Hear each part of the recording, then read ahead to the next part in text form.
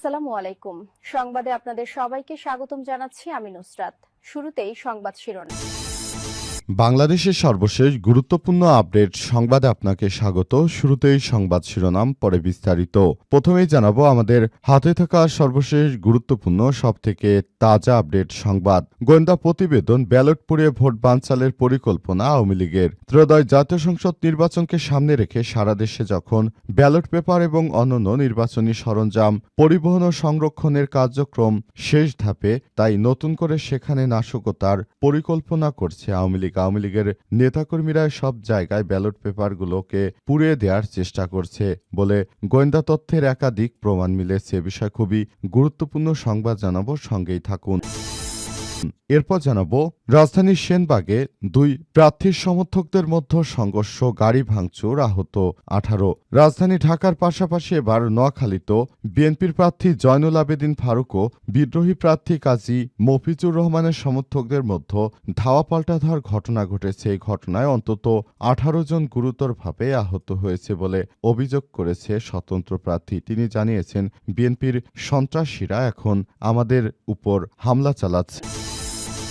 এদিকে চট্টগ্রাম বন্দরে লাগাতার ধর্মঘট স্থগিত ঘোষণা। চট্টগ্রাম বন্দরে লাগাতার ধর্মঘট স্থগিত করেছে বন্দর রক্ষা সংগ্রাম পরিষদ। আজ দিবাগত রাত 12:30টার দিকে এক বিজ্ঞপ্তিতে ধর্মঘট স্থগিতের ঘোষণা দেওয়া হয়েছে। সেখানে বলা হচ্ছে যে আগামী জাতীয় সংসদ নির্বাচন এবং পবিত্র রমজান উপলক্ষে তারা এই ধর্মঘট থেকে সরে এসেছে। উল্লেখ্য, হাইকোর্টের রায় থাকা সত্ত্বেও বিএনপির নেতাকর্মীরা চট্টগ্রাম বন্দরকে বিদেশিদের হাতে তুলে না দেওয়ার জন্য আন্দোলন করছে। তারা বলছে যে বন্দরকে বিদেশিদের হাতে তুলে দেওয়া যাবে না, আবার বিএনপির চাঁদাবাজি বন্ধ হয়ে যাবে। এজন্য তারা মূলত বন্দরকে বিদেশিদের হাতে তুলে দিতে চাচ্ছে না। জানাবো ঢাকা 18 আসনে নির্বাচন থেকে সরে দাঁড়ালেন মাহমুদুর রহমান মান্না। ব্যয় নির্বাহ করতে না পারায় ঢাকার 18 আসন থেকে প্রতিদ্বন্দ্বিতা থেকে সরে দাঁড়ালেন জাতীয় নাগরিক ঐক্যের সভাপতি মাহমুদুর রহমান মান্না। আজ নিজের ভেরিফাইড ফেসবুক পেজে তিনি এই ঘোষণা দিয়েছেন। তবে তিনি বগুড়া 2 আসন থেকে নির্বাচন করবেন বলে জানিয়েছেন তিনি। এবং সর্বশেষ জানাবো রাজধানীর মেস থেকে জগন্নাথ বিশ্ববিদ্যালয় ছাত্রীর মরদেহ উদ্ধার। রাজধানীর পুরান ঢাকার কলতাবাজার পানির পাম্প এলাকায় একটি মেস থেকে রাকিবা সুলতানা বিশ নামের জগন্নাথ বিশ্ববিদ্যালয়ের এক নারী শিক্ষার্থীর মরদেহ উদ্ধার করেছে পুলিশ। এ ঘটনায় সেখানে চাঞ্চল্যকর পরিস্থিতি তৈরি হয়েছে। সবাই বলছে যে এই ধরনের কর্মকাণ্ড আমরা কোনোভাবেই মেনে নিতে পারি না। প্রিয় দর্শক, এতক্ষণ শুনছিলেন সংবাদ শিরোনাম, এবারে বিস্তারিত। তবে তার আগে বন্ধুরা অনুরোধ থাকবে এই সংবাদটিতে একটি লাইক দিন। এই চ্যানেলে আপনি নতুন হয়ে থাকলে আমাদের সংবাদটি দেখতে দেখতে চ্যানেলটি সাবস্ক্রাইব করে রাখুন। কমেন্ট করে বন্ধুরা আপনার মূল্যবান মতামত জানিয়ে দিন আপনি বিশ্বের কোন দেশ থেকে বা বাংলাদেশের কোন স্থান থেকে আমাদের সংবাদটি দেখছেন এবং শুনছেন। আর বন্ধুরা, সংবাদটি আপনার সোশ্যাল মিডিয়া ফেসবুকে শেয়ার করে বন্ধুদেরও দেখার সুযোগ করে দিন। গাজা যুদ্ধে আপনি যদি নিরীহ ফিলিস্তিনিদের ভালোবেসে থাকেন, কমেন্টে ইয়েস লিখে পুরো বিশ্বকে জানিয়ে দিন। এবারে বিস্তারিত। গোয়েন্দা প্রতিবেদন, ব্যালট পেপার পুড়িয়ে ভোট বানচালের পরিকল্পনা আওয়ামী লীগের সন্ত্রাসীদের। ত্রয়োদশ জাতীয় সংসদ নির্বাচনকে সামনে রেখে সারা দেশে যখন ব্যালট পেপার এবং অন্যান্য নির্বাচনী সরঞ্জাম পরিবহন এবং সংরক্ষণের কার্যক্রম শেষ ধাপে, ঠিক সেই সময় নতুন করে নাশকতার ভয়াবহ আশঙ্কাজনক পরিকল্পনা তথ্য সামনে আসছে। এই পরিকল্পনার মূল অংশ হল যেসব স্থানে নির্বাচনী সরঞ্জাম রাখা হয়েছে সেখানে রাতের আধারে আতর্কিত হামলা চালানো এবং ককটেল বিস্ফোরণ ও পেট্রোল বোমা ব্যবহারের মাধ্যমে অগ্নিসংযোগ করে ব্যালট পেপার পুড়িয়ে ফেলা, যাতে ভোট গ্রহণ প্রক্রিয়াটি ভণ্ডুল হয়ে যায়। গোয়েন্দা তথ্য থেকে জানা গেছে, ক্যাডারদের হাতে ইতিমধ্যেই গ্রেনেড ও অত্যাধুনিক আগ্নেয়াস্ত্র তুলে দেওয়া হয়েছে এবং নির্দিষ্ট কিছু হিট স্কোয়াড গঠন করা হয়েছে যাতে শুধু সরঞ্জাম ধ্বংসের কাজ করবে। নিরাপত্তা সংস্থার একাধিক সূত্রের বরাতে সব তথ্য জানা গেছে। এই তথ্য পাওয়ার পর নির্বাচন কমিশন কমিশন ও আইন শৃঙ্খলা রক্ষাকারী বাহিনীর সদস্যরা সারা দেশে সতর্কতা জারি করেছে। দুটি নিরাপত্তা সংস্থার মধ্যে সরকারের উচ্চ পর্যায়ে এবং নির্বাচন কমিশনে আগাম গোয়েন্দা তথ্য পাঠিয়ে প্রয়োজনীয় ব্যবস্থা গ্রহণের সুপারিশ করা হয়েছে। আগামী জাতীয় সংসদ নির্বাচনে তারা যেন কোনো ধরনের বিশৃঙ্খল পরিস্থিতি তৈরি করতে না পারে সেজন্য নির্বাচন কমিশনকে যথাযথভাবে বলা হচ্ছে এবং সে অনুযায়ী কাজ করা হচ্ছে। কেউ যেন কোনো ধরনের বিশৃঙ্খল পরিস্থিতি তৈরি করতে না পারে সেজন্য সেনা সদস্যরা সর্বাত্মক প্রস্তুতি গ্রহণ করেছে। সেনবাগে দুই প্রার্থীর সমর্থকদের মধ্যে সংঘর্ষ, গাড়ি ভাঙচুর, আহত 18। নোয়াখালী 2 সেনবাগে বিএনপির প্রার্থী জয়নুল আবেদিন ফারুক এবং বিদ্রোহী প্রার্থী কাজী মফিজুর রহমানের সমর্থকদের মধ্যে ধাওয়া পাল্টা ধাওয়া এবং সংঘর্ষের ঘটনা ঘটেছে। এই ঘটনায় পরিস্থিতি এখন উত্তপ্ত অবস্থায় বিরাজ করছে। পরিস্থিতি এতটাই খারাপ অবস্থায় পৌঁছেছে যে দুই পক্ষের মধ্যে দফায় দফায় ধাওয়া পাল্টা ধাওয়াই শুধু হয়নি, বরং অন্তত 18 জন গুরুতরভাবে আহত হয়েছে। তাদেরকে উদ্ধার করে বিভিন্ন হসপিটালে ভর্তি করা হয়েছে। বলা হচ্ছে যে এবারের জাতীয় সংসদ নির্বাচনটা বানচাল করার জন্য অনেকেই চেষ্টা চালিয়ে যাচ্ছে। এই অপচেষ্টাকারীদের বিরুদ্ধে তাই সবাইকে এখন থেকে সতর্কতামূলক ব্যবস্থা গ্রহণ করতে হবে।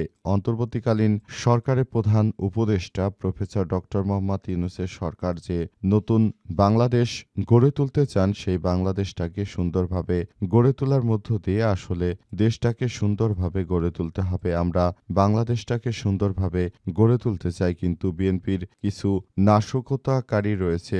স্বতন্ত্র প্রার্থীর দাবি যে এই নাশকতাকারীরা প্রথমে তাদের উপর হামলা চালায়, এরপর তার নেতাকর্মীরা সেটিকে প্রতিহত করার সর্বোচ্চ প্রচেষ্টা শুরু করে। এরপরই সেগুলোকে প্রতিহত করা হয়েছে এবং বলা হচ্ছে যে এই ধরনের অনাকাঙ্ক্ষিত ঘটনা বিএনপি শুধু এই আসনে নয় বরং সারা বাংলাদেশেই ঘটাচ্ছে। চট্টগ্রাম বন্দরে লাগাতার ধর্মঘট স্থগিত ঘোষণা। চট্টগ্রাম বন্দরে লাগাতার ধর্মঘট স্থগিত ঘোষণা করেছে বন্দর রক্ষা সংগ্রাম পরিষদ। আজ দিবাগত রাত 12টার দিকে এক বিজ্ঞপ্তিতে ধর্মঘট স্থগিতের ঘোষণা দেওয়া হয়। বন্দর রক্ষা সংগ্রাম পরিষদের 2 সমন্বয়ক মোহাম্মদ হুমায়ুন কবির ও ইব্রাহিম খোকনের সই করা বিজ্ঞপ্তিতে বলা হয়েছে, জাতীয় সংসদ নির্বাচন ও পবিত্র রমজানে পণ্য খালাসের স্বার্থে ধর্মঘটের কর্মসূচি 9 ফেব্রুয়ারি সকাল 8টা থেকে আগামী 15 ফেব্রুয়ারি পর্যন্ত স্থগিত রাখা হয়েছে। তবে বন্দর কর্মচারীদের গ্রেপ্তার, হয়রানিমূলক বদলি ও সাময়িক বরখাস্ত সহ 5টি সমস্যা সমাধান না হলে 16 ফেব্রুয়ারি আবারও কর্মসূচি ঘোষণা করা হবে। প্রসঙ্গত, গত 31 জানুয়ারি থেকে চট্টগ্রাম বন্দরে নিউমোরিং কন্টেইনার টার্মিনাল পরিচালনার ভার বিদেশি অপারেটর বা ডিপি ওয়ার্ল্ডকে ইজারা দেয়ার প্রক্রিয়া বাতিল সহ 4 দফা দাবিতে টানা 6 দিনের কর্মবিরতি পালন করেন শ্রমিক কর্মচারীরা। এরপর শুক্র ও শনিবার স্থগিত ছিল কর্মসূচি। এর মধ্যে 15 কর্মচারীর বিরুদ্ধে ব্যবস্থা নেয়ার পর আবারও কর্মসূচি ফিরে আন্দোলনকারীরা। 2 দিনের বিরতির পর আবারও 8 ফেব্রুয়ারি থেকে লাগাতার ধর্মঘটের ডাক দেয় বন্দর রক্ষা সংগ্রাম পরিষদের নেতাকর্মীরা, অর্থাৎ এরা মূলত বিএনপির নেতাকর্মী। সরকার বিদেশে একটি প্রতিষ্ঠান, দুবাই ভিত্তিক একটি প্রতিষ্ঠানের হাতে বাংলাদেশের বন্দরকে তুলে দিয়েছিল যাতে করে আগামীতে বাংলাদেশটা সুন্দরভাবে পরিচালিত হতে পারে। কিন্তু বিএনপির এই নেতাকর্মীরা তাদের চাঁদাবাজি বন্ধ হয়ে যাবে বিদায় তারা বন্দরকে কোনোভাবেই বিদেশিদের হাতে দিতে দিচ্ছে না। এছাড়াও হাইকোর্ট থেকে রায় দেওয়ার পরও সেই রায়কে তারা মানছে না। ঢাকা 18 আসনে নির্বাচন থেকে সরে দাঁড়ানো ঘোষণা মান্নার। ব্যয় নির্বাহ করতে না পারায় ঢাকা 18 আসনে নির্বাচনের প্রতিদ্বন্দ্বিতা থেকে সরে দাঁড়িয়েছেন জাতীয় নাগরিক ঐক্যের সভাপতি মাহমুদুর রহমান মান্না। রোববার 8 ফেব্রুয়ারি রাতে নিজের ভেরিফাইড ফেসবুক পেজে দেয়া পোস্টে তিনি এসব কথা লিখেছেন। স্ট্যাটাসে মান্না লিখেন, এখন আমি বগুড়ায় একটি বিশেষ পরিস্থিতিতে সংসদ নির্বাচনে ঢাকা 18 এবং বগুড়া 2 আসন থেকে প্রতিদ্বন্দ্বিতা করার সিদ্ধান্ত নিয়েছিলাম। ঢাকা 18 একটি বিশাল নির্বাচনী এলাকা এবং অন্তর্গত 7.5টি থানা এবং 6.5 লাখের মতো ভোটার এখানে রয়েছে। তিনি আরও লিখেছেন, নির্বাচনে এতই ব্যয়বহুল যে তা নির্বাহ করা আমার পক্ষে সম্ভব নয়। এর পরিপ্রেক্ষিতে আমি ঢাকা 18 আসনে নির্বাচনী প্রতিদ্বন্দ্বিতা থেকে নিজেকে প্রত্যাহার করার সিদ্ধান্ত নিয়েছি। আমার এই সিদ্ধান্ত হয়তো অনেকের মনে কষ্ট পাবেন, তাদের কাছে আমি দুঃখ প্রকাশ করছি। এদিকে ঢাকা 18 আসনে নির্বাচন থেকে থেকে সরে দাঁড়ানোর ঘোষণা দিলেও বগুড়া 2 থেকে লড়বেন মান্না। এর আগে যাচাই বাছাই শিবগঞ্জ আসনে মাহমুদুর রহমান মান্নার মনোনয়নপত্র বাতিল করেছিল সংশ্লিষ্ট রিটার্নিং কর্মকর্তা। এই সিদ্ধান্তের বিরুদ্ধে তিনি ইসিতে আপিল করেন। পরে প্রার্থিতা ফিরে পান তিনি, যদিও তিনি প্রায় 33 কোটি টাকা ঋণ খেলাপি। 33 কোটি টাকা ঋণ নিয়েছেন সেই 2001-2 সালের দিকে, কিন্তু এখন পর্যন্ত তিনি সেই ঋণের টাকা পরিশোধ করেননি।